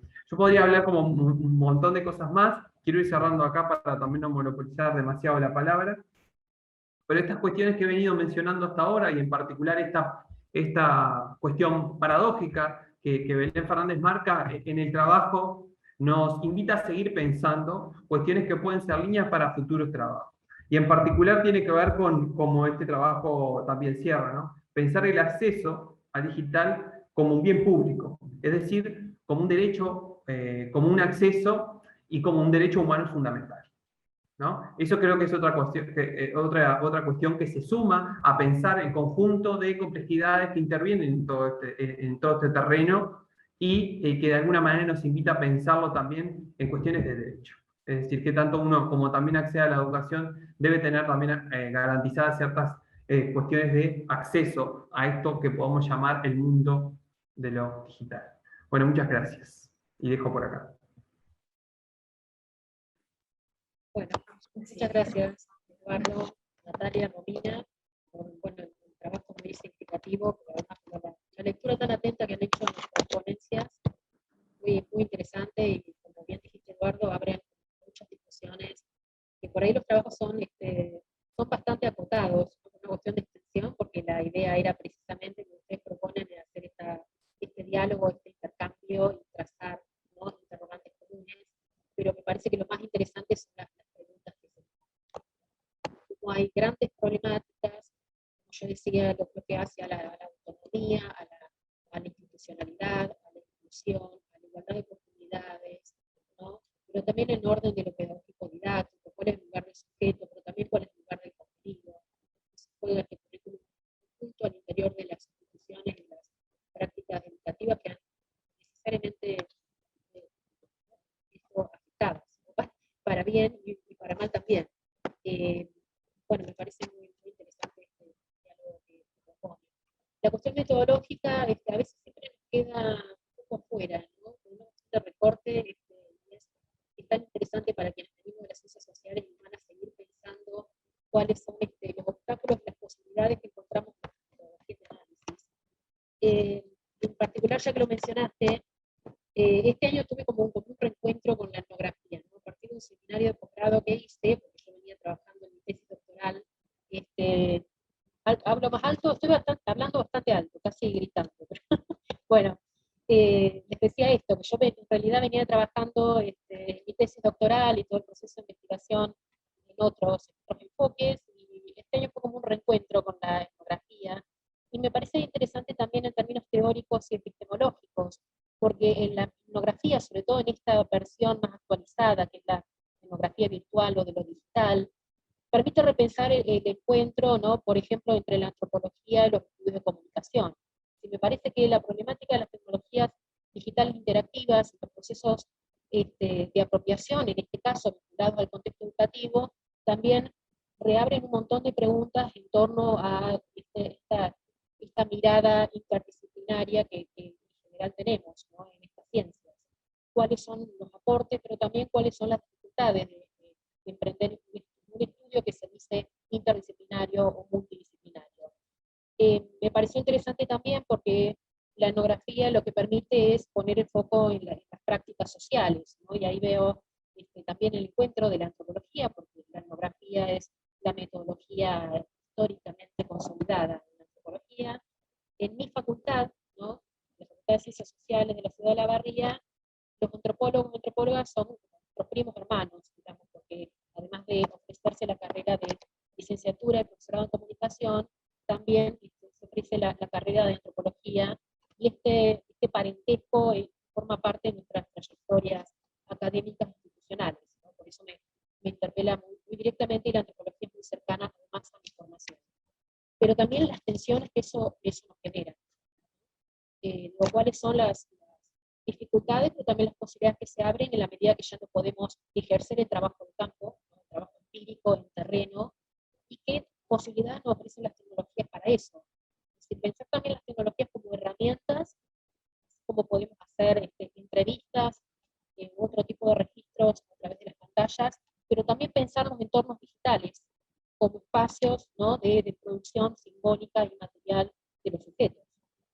Entonces, me parece que es interesante como para seguir pensando qué tipo de enfoques, ¿no?, metodológicos pueden ser repensados, pueden ser problematizados a la hora de redefinir nuestros objetos, ¿no?, aquellos, en este caso, vinculados a las experiencias con tecnología.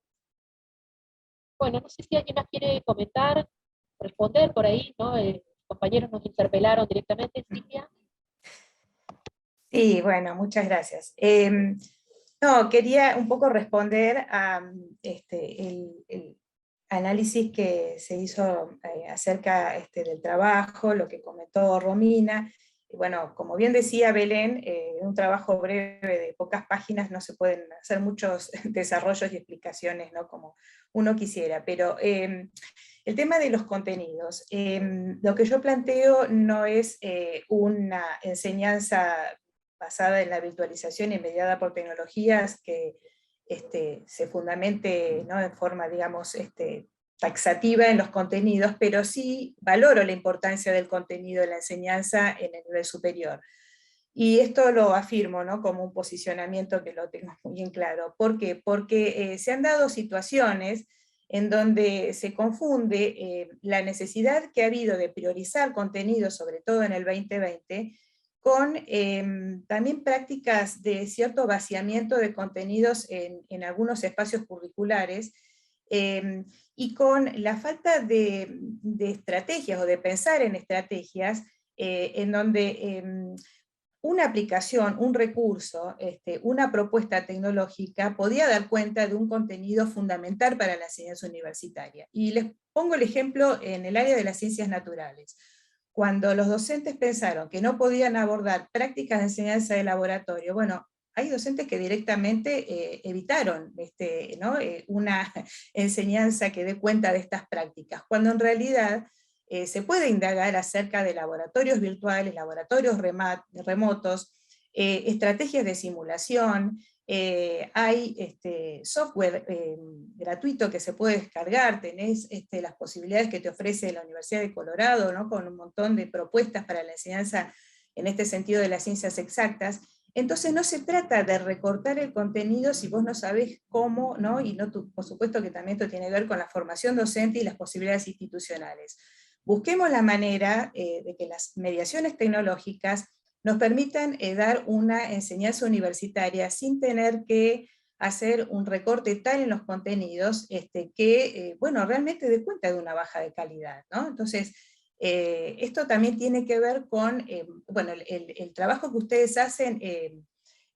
Hay mucho escrito sobre las clasificaciones de docentes, ¿no?, en cuanto a los que están muy avesados en las tecnologías, los que con varias limitaciones y las resistencias. Bueno, realmente hay mucha investigación en este sentido. Pero yo creo que lo que está faltando es también una indicación acerca de los contextos institucionales, porque no es lo mismo un docente que está trabajando en una facultad que le dio la posibilidad de que las clases fueran grabadas, de que pagó las licencias de Zoom o de Meet para que el docente no tuviera que hacerlo, que le dio posibilidades de formación en forma sistemática y no aleatoria y basada en su propia voluntad, a otra organización institucional que sí dio cuenta de todo ello, ¿no? Entonces, además de pensar en qué pasa, ¿no?, con las prácticas de los docentes, también hay que ver cuáles son las brechas digitales institucionales. Tanto en sí, en relación a los países, que sería buenísimo tomar el trabajo de los colegas de México y hacer un análisis, un metaanálisis de lo que está sucediendo en el contexto iberoamericano, ¿no?, en toda esta instancia, porque mucho de lo que han dicho Isael y la compañera Marlene, estamos totalmente identificados en Argentina con los datos que ellos nos han dado, o sea, no estamos ajenos a esto. Por ahí algún número estadístico puede variar, pero no el contenido medular de lo que ellos aportaron en la investigación. Entonces, bueno, tenemos que analizar las brechas institucionales y también las brechas en los países con respecto a qué posibilidades le estamos dando a los docentes para que no tengan que, digamos, sentirse en esta tensión, ¿no?, de que estoy recortando, estoy quitando, no estoy sabiendo que esto es importante de ser enseñado, pero no sé cómo enseñarlo. Por eso, bueno, yo vuelvo a decir, ¿no?, el contenido es importante, hay que generar instancias de formación docente y hay que generar políticas institucionales para que el docente esté tranquilo en que puede enseñar su disciplina, que puede pertenecer a una comunidad de conocimiento, una comunidad científica, y que puede lograr que sus alumnos se incorporen a esa comunidad de conocimiento, ¿no? Porque si seguimos recortando contenidos, los vamos a dejar afuera, ¿no? O sea, vamos a seguir en esta instancia de la élite, donde pensamos que todos pueden, que todos saben, y en realidad ni todos pueden ni todos saben, ¿eh? Y esto pasa con los alumnos y pasa con nuestros colegas docentes, ¿no? Hay enormes desigualdades también en relación a las prácticas docentes en este sentido, en función de lo institucional. Yo tenía algunas preguntas, pero bueno, no sé si da el tiempo. Había anotado aquí, por ejemplo, en el trabajo de Romina, Eduardo, y quién más era, y Natalia, me importaba por ahí charlar sobre qué dinámicas ellos consideran que son más idóneas para los contextos virtuales y las implicaciones en la evaluación de los cursos, y qué prácticas durante el primer año de la pandemia fueran las más creativas, las más apropiadas, ¿no? Porque realmente está muy bueno ver, bueno, qué se hizo de nuevo, de valioso, de distinto, ¿no?, más allá de la utilización de lo que todos pudimos o no pudimos hacer. Y después, bueno, en el trabajo de Victoria, me interesaba preguntarles cuáles son las ventajas y desventajas que los estudiantes evidencian en las clases virtuales a partir de las desigualdades de origen, y cómo lograr que los estudiantes con mayor desigualdad social y digital obtengan buenos resultados en la educación virtual, ¿no? Cómo ellas piensan que esto se podría de alguna manera salvar o trabajar en pos de lograr realmente una inclusión en este sentido, porque no es un tema de logro fácil. Bueno. Muchas gracias, Silvia. No sé si quién quiere responder. Eduardo. Retomo y en términos futbolísticos levanto cetro, después seguro mis compañeras van a cabecear con algún otro comentario, porque esta cuestión de la evaluación que Silvia trae, también está bueno como pensarlo en términos de esos efectos, que nosotros pudimos también abordar en otros trabajos. Tiene que ver con creo que una cuestión medular de toda la didáctica siempre ha sido, en el terreno de la enseñanza, pensar esta cuestión de la evaluación. Y en particular, en Facultad de Humanidades siempre ha sido el más complejo. Nosotros, por comentarlo así, nosotros al principio las peticiones de los docentes eran, decime qué tengo que hacer, esta cuestión del proctoring, ¿no? ¿Cómo tener todo controlado? Básicamente es eso. ¿No había un ejercicio de poder repensar la práctica o poder repensar la propuesta de evaluación en función del contexto virtual, ¿no? Es como que en el terreno de la planificación, cuando nosotros pensamos todos los elementos de la planificación, armónicamente organizados, ¿no? Objetivos, contenidos, propuestas de evaluación, todas esas cuestiones, ahí parecía no estar tan claro, ¿no? Cómo la metodología o las formas en la cual se iba a desarrollar la propuesta de enseñanza iba por un lado, atendiendo al contexto virtual imperante, pero la evaluación casi que era la misma, ¿eh? Entonces no habían ciertos cambios ahí. Entonces el ejercicio, y ahí señalo a Romina porque es como la persona que se encarga de esto y acompaña a los docentes a reflexionar en todo este camino de una mejor manera, fue justamente eso, es hacer pensar de si no era posible plantear nuevas propuestas de evaluación. Y muchas de esas, señalando que en el terreno de las ciencias humanas siempre estaban muy vinculadas con la producción, era poder, por ejemplo, repensar las propuestas de evaluación. En términos de, por ejemplo, que no sean estrictamente controles de lectura, que lleven a los estudiantes a vincularlos 100% con el texto, sino hacer un ejercicio más en muchos casos, de reflexión personal y de argumento a la luz de los autores. Por poner un ejemplo. Por poner un ejemplo de los casos que eran como, me animo a decir, los más imperantes, ¿no? Es decir, los docentes querían, yo tengo acá mi bibliografía, yo di esto, quiero que los estudiantes se evalúen con esto. Y comúnmente era, tradicionalmente era un parcial control de lectura de manera presencial, sin material a la vista. O sea, la invitación acá fue totalmente otra. Fue decir, elaboren un producto, generalmente en términos de ensayo. Hubieron experiencias, por ejemplo, de docentes que organizaron una especie de congreso, ¿no? Les pedían a los estudiantes como parcial que mandaran su paper, el docente era el que los evaluaba, le hacía correcciones, y luego la segunda parte era la presentación de ese paper, ¿no? Y utilizaron todas esas metodologías un poco más, más cercanas también a lo que en el campo de las ciencias humanas y en el mundo académico solemos luego realizar, y también tuvo estos resultados, ¿no? Estudiantes que se vincularon con los materiales y con los contenidos que se fueron trabajando a lo largo del curso desde otra manera en términos de evaluación. Eso como fue el caso general. Después hubieron otras experiencias particulares que conocieron herramientas como por ejemplo el cuestionario de Moodle. Los docentes que recién llegaban a conocer esas herramientas, ¿no? Y eso fue también un elemento que se pudo incluir. Otra cuestión, y ya con esto cierro, que Natalia también mencionaba, que en esta categoría de los docentes que eran como más ávidos y con un mayor manejo de la tecnología, es decir, que ya contaban con un manejo previo de la tecnología, encontraron como su lugar también para imponerse. Vamos a decirlo así, en términos institucionales, como Silvia mostraba, cómo imponerse frente a la institución, ¿no? Es decir, este contexto actual nos demanda mayor presencia de la tecnología. Bueno, yo sé de esto y entonces le reclamo al equipo de medios técnicos que le instalen, por ejemplo, ciertas extensiones a la plataforma, que ahora no las tenemos. Y eso potenció al doble todavía la herramienta como plataforma.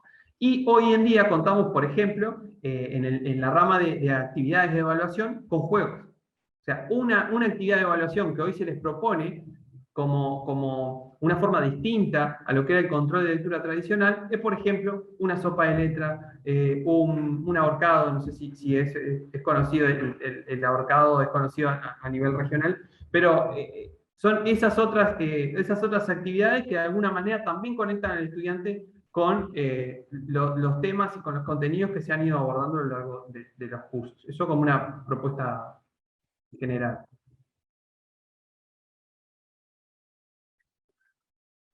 Bien. Bueno, no sé, Victoria, si querés responder o hacer algún comentario. Sí. Bueno, vamos cerrando. Más que nada de ventajas y desventajas, así como hay cierta exclusión a partir de lo digital, también hubo cierta inclusión de los sectores más populares, porque justamente podían, o sea, se aumentó la matrícula, de hecho, en la universidad, porque muchos sectores pudieron combinar mejor trabajo, cuidado y estudio. Por lo que las opiniones fueron bastante favorables en eso, de que no tenían que viajar hasta la universidad y de que muchas veces al perderse un teórico o una clase podían recuperarla a partir de que estaba grabada o de que había material subido. Eso más que nada en las clases trabajadoras, las clases de servicios también valoraron esa parte de no tener que viajar, pero extrañaban un poco más el contacto de ir a la facultad y la experiencia misma, y muchos no habían conocido la facultad, por lo tanto, eso era como un aspecto bastante conflictivo, de estar cursando en una facultad a la que nunca habían entrado. Por otro lado, también valoraban el tema de poder conectarse desde cualquier lado, desde cualquier dispositivo, esto las clases más altas, y poder hacerlo desde la comodidad de su casa, que ese es el aspecto donde muchas veces la clase trabajadora no estaba tan conforme porque justamente no encontraba un momento de silencio o un espacio adecuado para conectarse a las clases.